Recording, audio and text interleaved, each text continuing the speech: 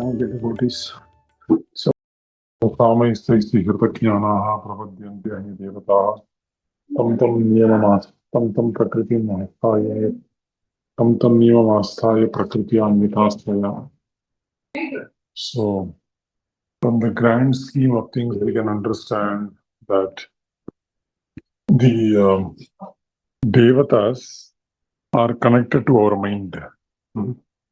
So if you read the third canto and second canto, very clearly, nicely mentioned, how our mind, how the mind of the Virat Purusha gave rise to the devatas. So, and mind came from the association of false ego with the mode of goodness.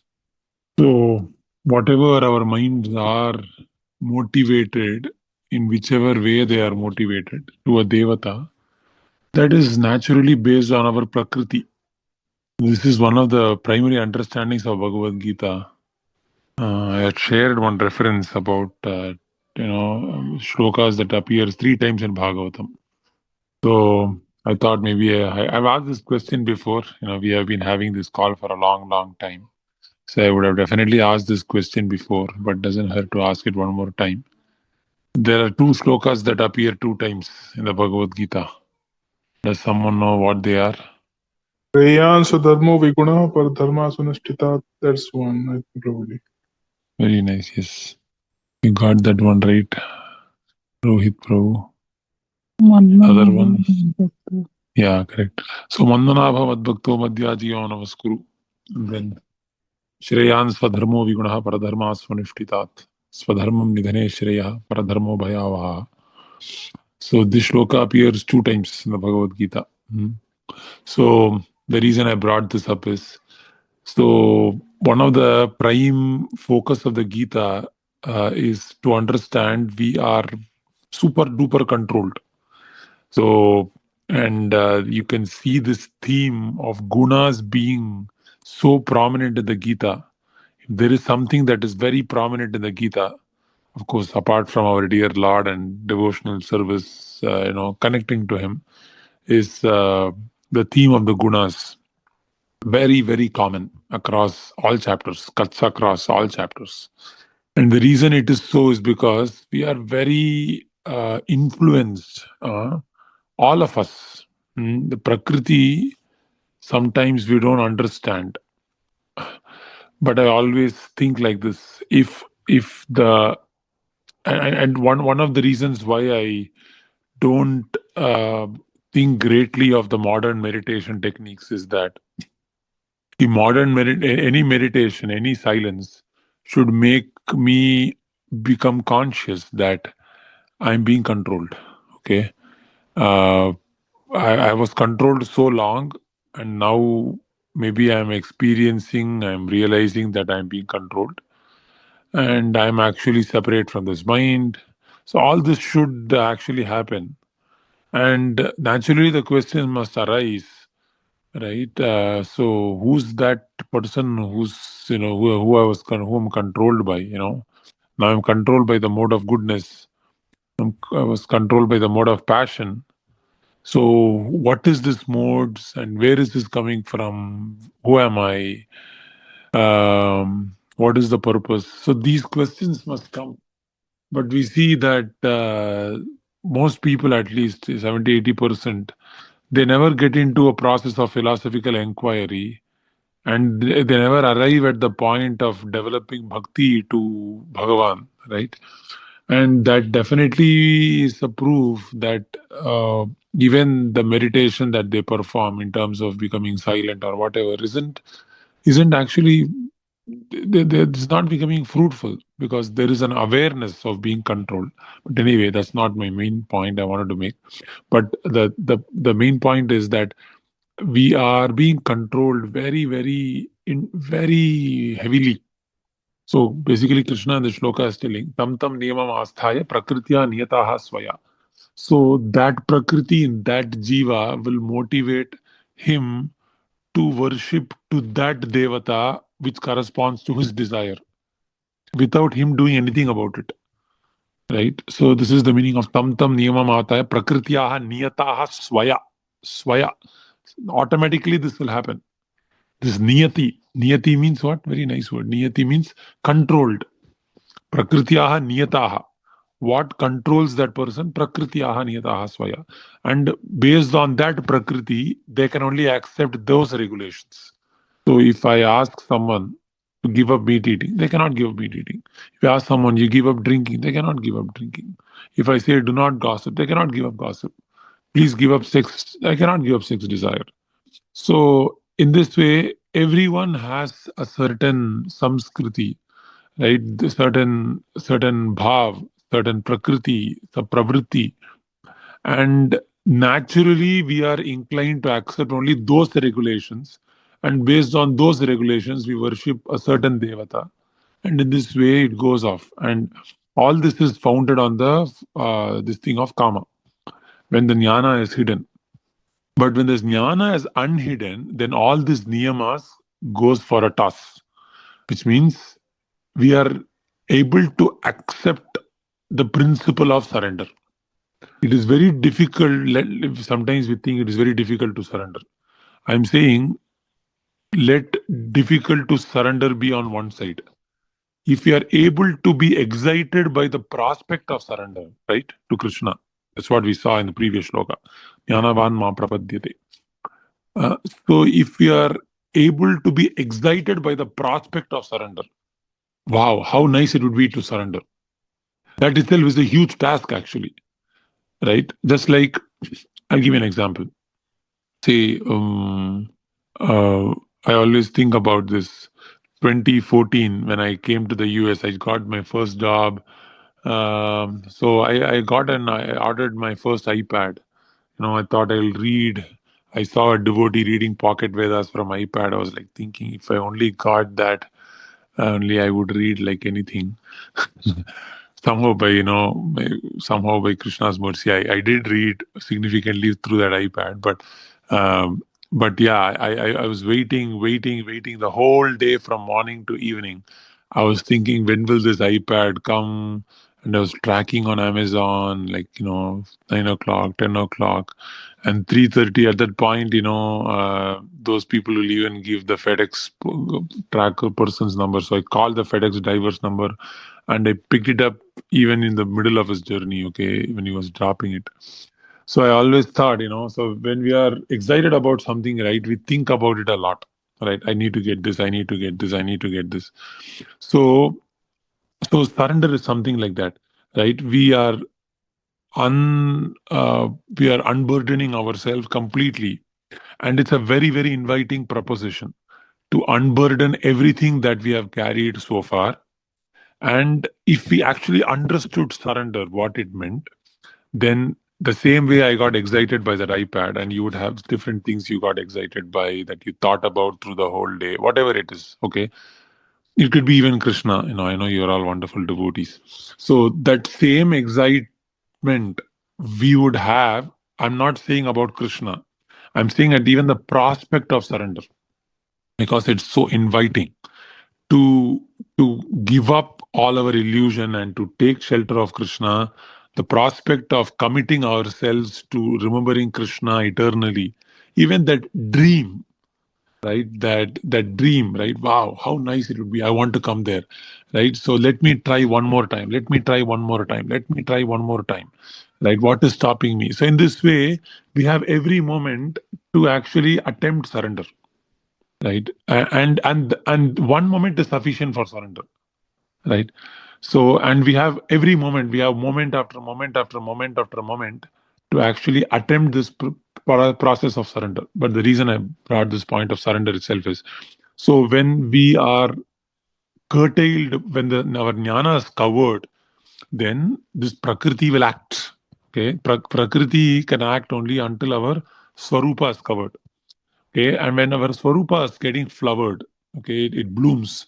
Then what happens? Then naturally, this prakriti will not be covered, and we will feel invited to the prospect of surrendering to Krishna. Yes, I should surrender. Yes, this is surrender. I should do it. I should do it. This way we'll have utsahat. You'll have enthusiasm. Such a very beautiful thing to do. Let me do this. So this Prakriti niyamam, right? So usually in traditional varnashrama dharma, have an ishtadeva, you'll have a certain, you know, mantra that you go by, you have a certain desire, and then you're prescribed, your guru prescribes, you worship this devata, you'll get that. This is what is traditionally done.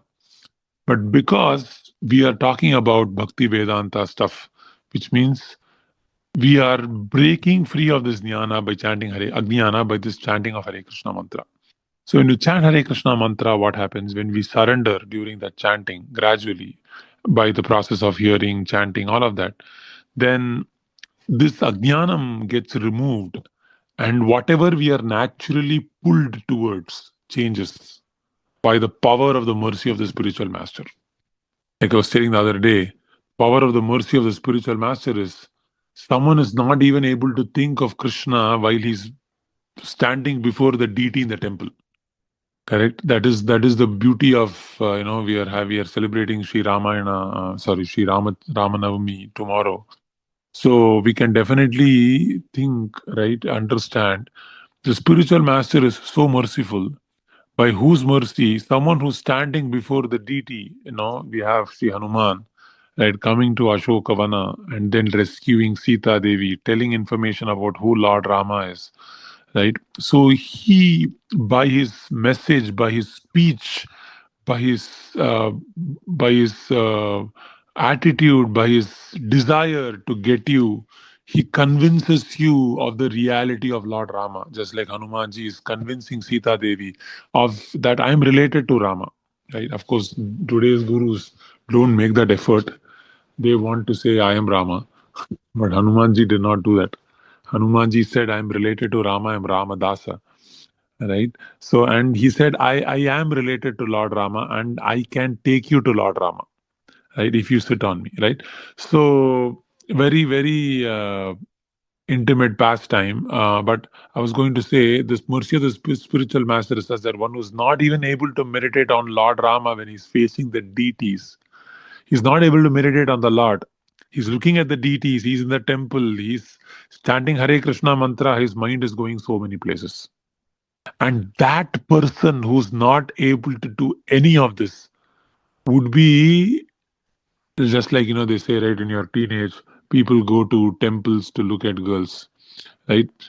This is what they show in movies, right? They go to a temple and then the hero sees the heroine. So he goes to the temple, but the hero is meditating on the heroine. Such a person is not able to focus on the heroine in his bedroom and is meditating on the Lord. That is the mercy of the Guru.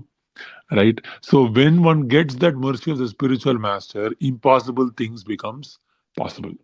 Whatever you had written off, this is not for me. I have written off in my mind that this is not for me. And that very thing becomes possible. So I was going to say this hritagnyanaha prapatyanti anya devataha tam tam niyamam asthaya prakritiyaha niyataha swaya. So I would say ISKCON is one of the very few organizations, or even I wouldn't say ISKCON right now. Let me say Srila Prabhupada. Srila Prabhupada is one of the very few, not very few, like I can't find anyone else mostly, right, who boldly preached according to the shloka, where Prabhupada said very clearly that surrendering to Anya Devatas is a different fruit than surrendering to Krishna, right? People are very, very hesitant to say this message loud, thinking that I have to be. There are two types of secularism: non-Hindu secularism and Hindu secularism. Non-Hindu secularism means everything is dharma, sarva dharma samabhav. That is non-Hindu secularism. Hindu secularism is whomever you worship, as long as there is as long as you don't owe allegiance to any of the Abrahamic religions and you worship anything, everything is the same at the end of the day. So this is Hindu secularism.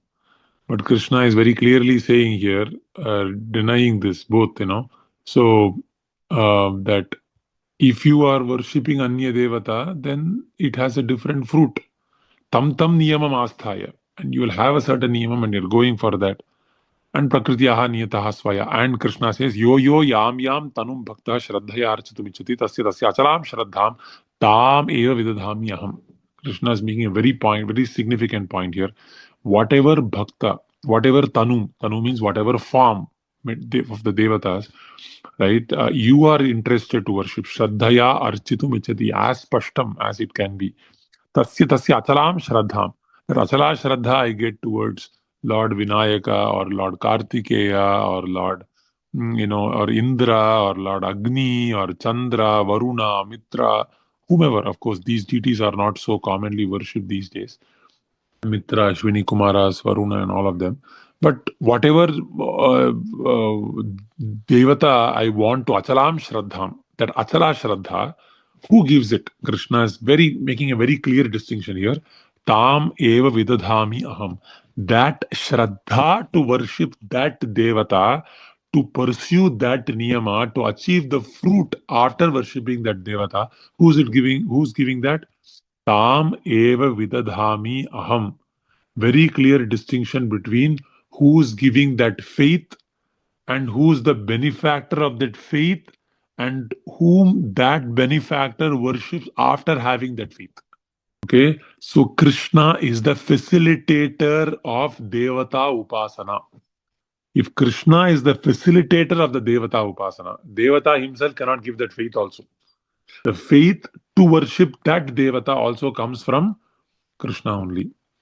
And that fruit, Krishna is saying, tasya śraddhaya yuktah tasya ārādhana mihate labhate satta kāman mahaiva vihitan hi tan. So whatever I give that shraddha, and after having that shraddha, he does upasana of that devata, and after doing upasana of that devata, he gets a phalam labhate sattah kāman. Whatever kama he gets fulfilled, labhate mayaiva vihitan hitan. Those that kamam mayaiva, it comes from me alone. Very spashtam.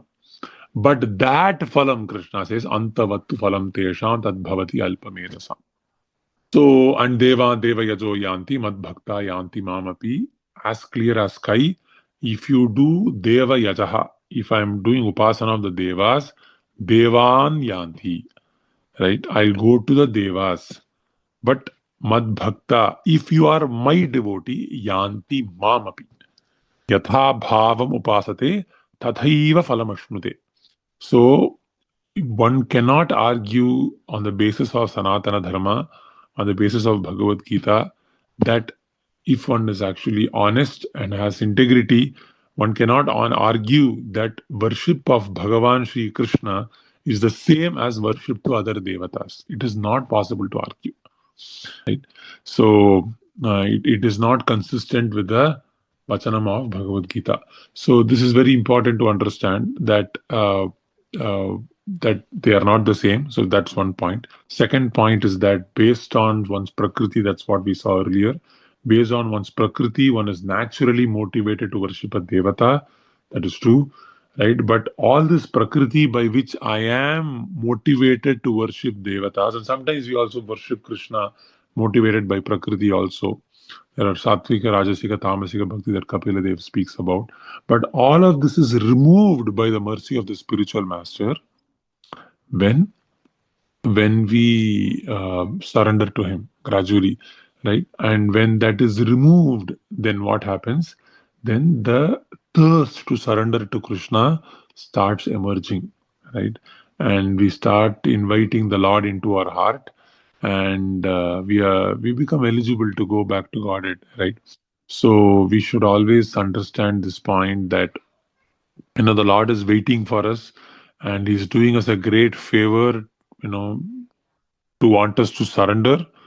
But without understanding that, people undergo different upasanas, like I was mentioning, right? Ravana, he did so much upasana.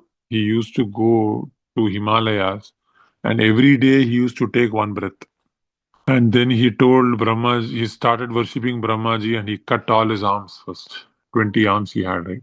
So he cut all his 20 arms, Brahmaji didn't appear. And again he was going to cut his heads. At that point, Brahmaji is appeared, and then Ravana is thinking, "Arey, I did not."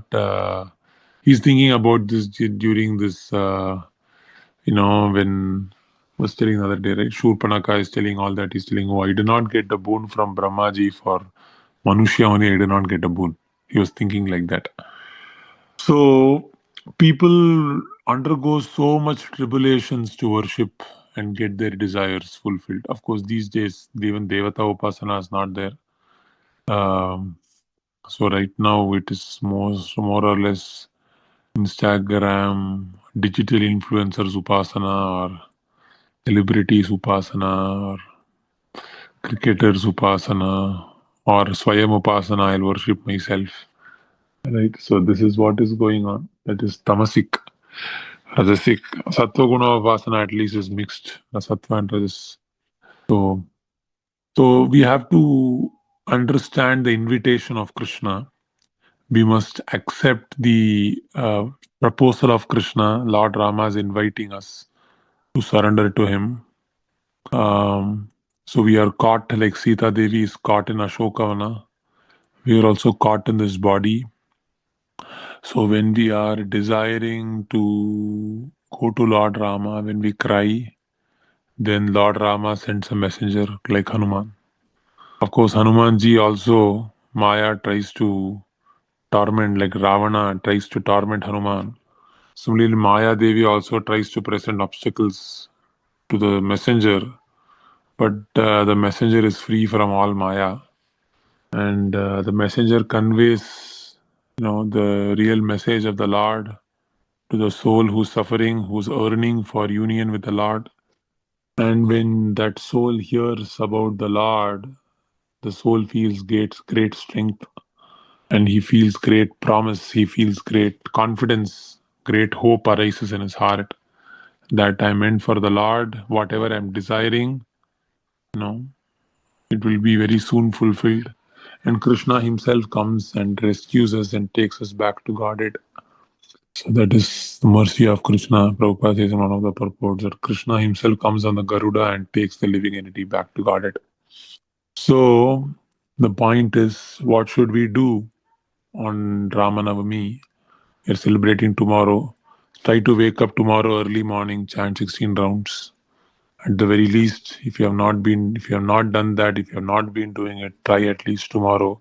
Wake up early in the morning, chant 16 rounds. Read the 9th canto of Bhagavatam that talks about Lord Ramachandra's appearance, or if you have a copy of Ramayana written by a devotee, then read that. And then evening you can participate in some, kirtan, the temple, katha. In this way, engage your mind. And then during the day, if you can take an off or put an appointment, spiritual doctor's appointment. I am unwell. Right? I'm unwell. I'm suffering in Maya. I'm unwell. I'm going to doctor's appointment. Lord Rama doctor's appointment.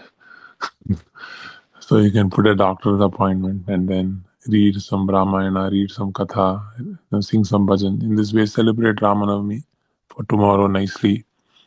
And then for every day, you can take a vow. Like Sita Devi is crying. And after she cried only, Hanumanji appeared. Until then, Hanumanji didn't come. Right? So we must also desire. If we don't desire, we won't get a spiritual master. You might say, I'm already initiated, but you can't see the spiritual master. So if we cry for Krishna, we can see the spiritual master. If we don't cry for Krishna, we can't see the spiritual master. Or the spiritual master will not come to us, you see. So this is what we can do. We should start crying for the Lord, desiring the Lord, give up all other desires, and desire only the Lord. Everything else is Maya. Right? Desiring only the Lord is truth. Right? Every other desire is merely a dream. So I'll stop here. Any questions or comments are welcome. Okay, thank you, devotees. Hare Krishna. Thank you, Prabhu. Hare Krishna. Thank you, Prabhu. Hare Krishna. Thank you, Prabhu. Hare Krishna. Prabhuji, Hare Krishna. Thank you, Prabhuji. Hare Krishna. Dandavat pranams. Krishna, Dandavat pranams.